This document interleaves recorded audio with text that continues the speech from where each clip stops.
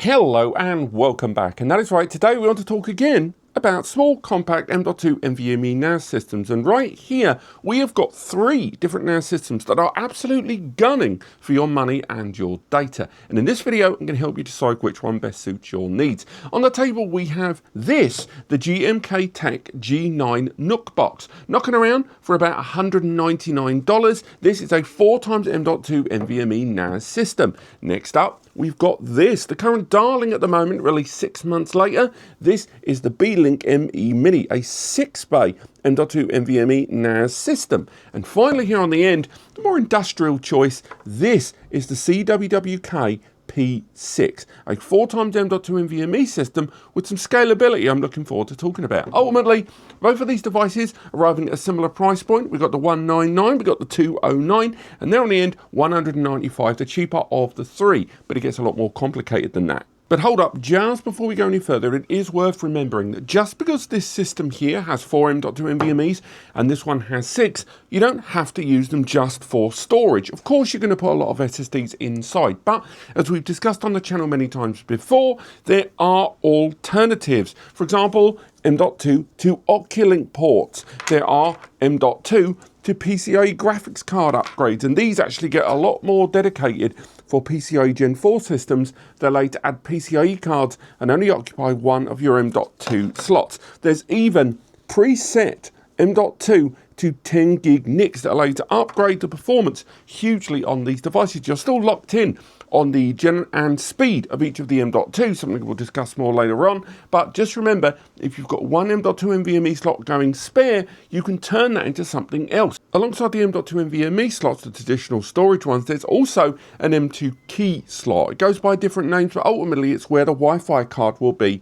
in a number of these systems. Do you know there are adapters you can get hold of that you can turn that into something else? Now, of course, space is going to be an issue here, and different adapters of different shapes and sizes allow you to take advantage of it in different ways, so you're having to shop around. But ultimately, I just wanted to remind you that right now you can take advantage of a bunch of different adapters inside these systems that aren't just about storage to really scale up your server. Radal did a great video on this device that we'll talk about today, where he managed to turn it into a better NAS system by leveraging a couple of those M.2 slots, one towards an M.2 to SATA 6-port adapter, and alongside that taking advantage of a 10 gig adapter like the ones we've discussed. But let's crack back to the video.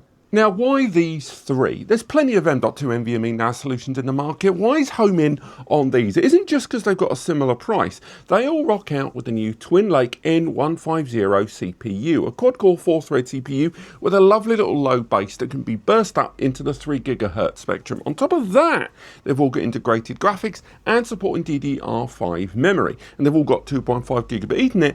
And once you factor in the performance benefits of M.2 over that of the power consumption drop of that M15 CPU, these three NAS systems are tremendously appealing to those looking to build up their own little cheeky home lab with something like Unraid, TrueNAS, Open Media Vault, HexOS, which is, let's face it, TrueNAS, or CasaOS MOS. The options are endless. So let's crack straight on.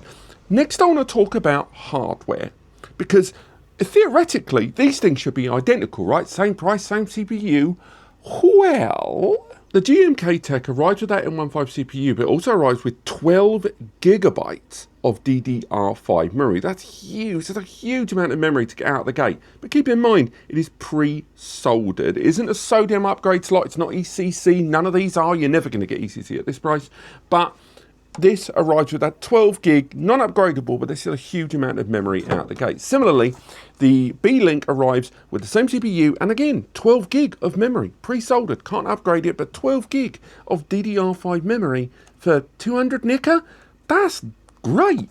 Now, this, on the other hand, I've got good news and bad news. This has no memory included with it. That 200 nickel price tag you're paying for, you're getting the CPU pre-installed, but you've got to buy your own memory. But this has a SODIMM slot, and the SODIMM slot, there's a single one in there, supports up to 32 gig of memory. So it costs less out the gate, but it is more flexible and allows you to scale up that memory. And perhaps if you're looking at a Proxmox, cluster, or a Proxmox server you may run in a multiple cluster, this may be very appealing to you in that regard, because 12 gig of memory, as good as that is, if you're running, say, 3 VMs there, you're already slicing it up pretty substantially. It's still a quad-core CPU, of course, with 4 threads, and therefore you can't really cut apart the CPUs too much. But still, nonetheless, there are going to be users appealed by that flexibility, but the lack of memory out the gate is disappointing. But on the flip side, if you spend another 110, 115 Nika, you can get this with the N355 CPU, the same CPU family, the same Twin Lake, but that is an i3 8-core, 8-thread CPU. Now, these two brands have yet to roll out a version of these devices with the N355 CPU, and that extra £100, extra 100 Nika, $100, whatever, is going to make a difference to some users in terms of value for money, and others thinking, I don't need to spend it. What about storage? Let's keep it traditional, shall we? How do these three devices compare in storage? Well, there's actually a lot more to cover in this section than I think a lot of people would think. You would immediately assume that the one in the middle that's got 6 M.2 bays would definitely be the leader. And for the most part, you're probably right. This has got 6 M.2 NVMe slots located all the way around the edge of the chassis. Now, these 6 M.2 slots, each supporting 2280 length SSDs, are located all the way around with a very unique internal placement there. You can't use traditional heat sinks because you're actually facing the chips inward into the pre-attached thermal pads, which is a lovely design choice. Also, although 5 of the slots are Gen 3 times 1, so that's 1 gigabyte per second realistically, about 800 to 900 megabytes per second, one of these slots is Gen 3 times 2, generally reserved for the operating system drive, but you can use it with one of those adapters we talked about earlier on. But 6 bays of storage is pretty darn good there. There's also a 64 gigabyte small section of eMMC memory inside to install your operating system on. So although some of you may be looking at things like Unraid, we can run it from a USB into the RAM, this does still have a small storage area inside that you can use for some operating systems. Not everyone's in love with that idea, but at least you've got the option. Now, next up, we can talk about the Beelink. The Beelink has 4 M.2 NVMe slots, and it has that 64 gigabyte small eMMC module inside, but all 4 slots are Gen 3 times 2. That means although there are fewer M.2 NVMe slots than here, this device has faster M.2 NVMe slots. So each one of the ones in there can achieve 20 gigabit or 2 gigabyte or around 1.6 to 1.8 gigabytes per second there. Of course, that's not all good news, something we'll talk about later on, but I'll say straight away, in terms of drive performance, overall this gives you the most, but just not the right numeracy of storage. But what about the one on the end, our quiet little CWWK? Well, this has 4 M.2 NVMe slots, all Gen 3 times 1. So already it sounds like the lesser of these two, right? And also those 4 M.2s are actually delivered on an adapter board that feeds into a Gen 3 times 4 lane M.2 inside. We cover this a lot more in the review. But what changes is this arrives also with SATA support. This has a couple of mini SATA connectors inside that allow you to add combined power and data SATA storage to this. Now, if you're going to go for SATA larger drives, particularly, anything above, say, 12 TB, you might need some extra power for those drives. But if you're going to run SATA SSDs, which not everyone is going to do, I will say that the flexibility of this storage allows for a greater degree of capacity in a way that isn't present here. Now, some might argue you could have just used a USB JBOD and connect it to one of the many USB ports, and we'll get onto connections later. But nonetheless, I do think it's worth giving them a little bit of credence there on the fact this system, although it doesn't arrive with a 64 gig eMMC, it does at the very least arrive with flexibility in its storage. But overall, between the three, I think most users are going to err towards these for their storage, either for the performance or the sheer scale. Next up, design, or what I'd like to call good news, bad news for the M.2 generation. These devices here have all gone a very different way in terms of design. For 3 similar devices like these, all of them have chose very different aesthetic and, more importantly, heat dissipation methodology. And I'm going to say right now, of the 3, this one's the worst, and we're going to come back to that later. It's not all bad, but I will say, in terms of design between the 3, This one could stand to spend a little bit more time on the drawing board. We'll start with the CWWK. The CWWK is purely metal all the way around. This entire thing is a heatsink. The base, you can see that copper base mounted fan there. If we remove the top panel and have a little look at the bays inside, we have got 4 M.2 NVMe's with a ton of space there, but we're not going to use heat sinks because the entire top panel is a heat sink. It's huge, it's metal, and this amount of dissipation is going to be welcome. It does mean you're going to have it in some open air, but on top of that, it also arrives with a connected fan that you can base on top of that. It actually screws in as well to further assist that heat dissipation. And it's a vertical design as well, which means as the heat is rising through the device, it can then get dissipated into that top panel with that assisted fan. That assisted fan, however, will use one of your USB ports, of which there isn't exactly loads. And we'll go on to connectivity in more detail later, but the connectivity on this, although it's got the 2x 2.5 gig, just like the others, its lack of USB connectivity I find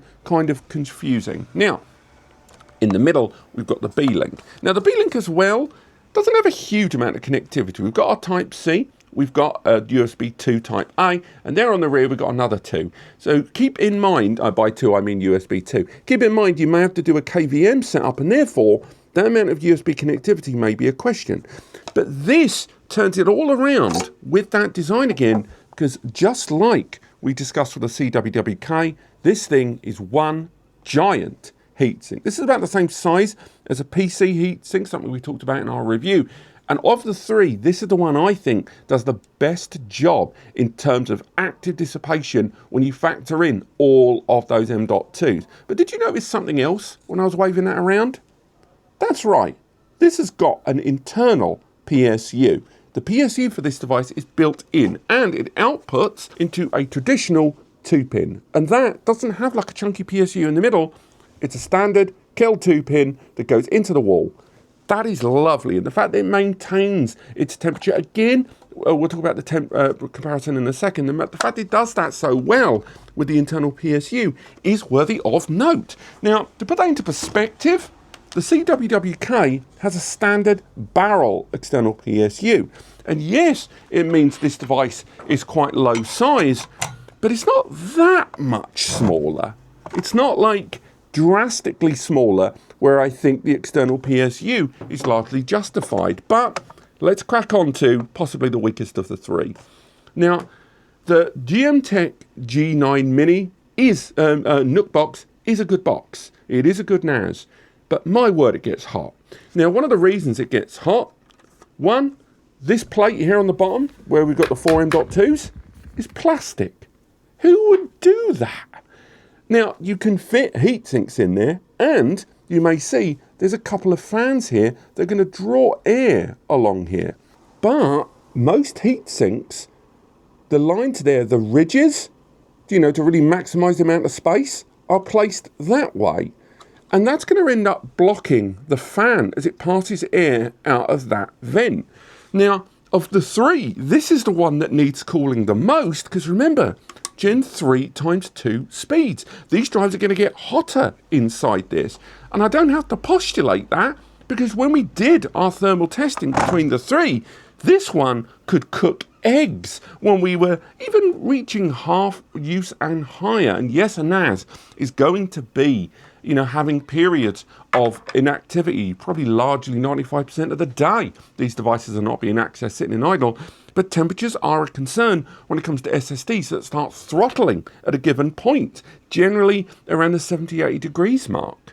In fact, weirdly, this is the one with the most fans. This device has 3 fans inside, a CPU fan and the 2 base fans there. So why on earth is it the hottest of the 3 when it comes down to just general idle? Now, ever so slightly in that device's defense, the Beelink, this plastic cover, if anything, actually doesn't help dissipation. There's the vent there at the top on top of that internal fan, and this thing runs way better without the cover on.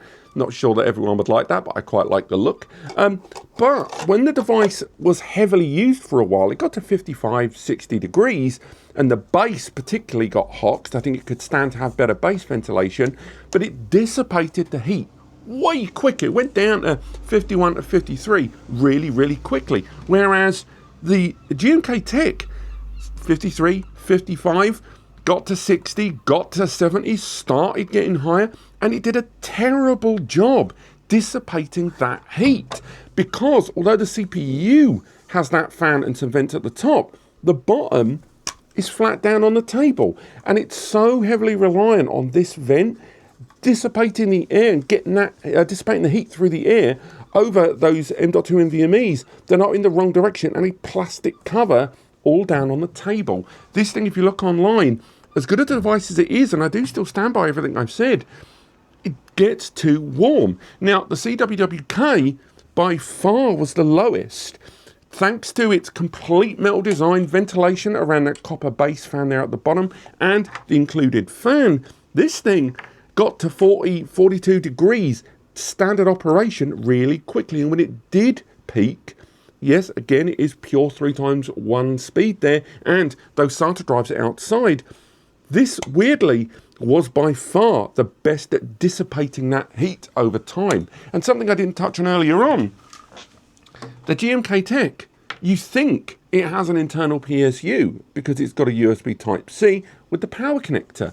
And it kind of half and half does, but you need to have quite a powerful USB-C PSU connected to this. You can't just use your phone wall charger. So although it is USB Type-C, it's still a USB-C external PSU. So right now the Beelink is sitting pretty across the board, with the CWWK P6 doing a damn fine job.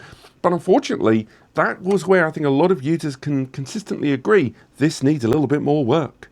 Now, there's going to be some users that say that one or all of the problems I've highlighted today can be rectified with modding the device, drilling holes, applying plates, using M.2 adapters. And I'm not suggesting those things aren't true.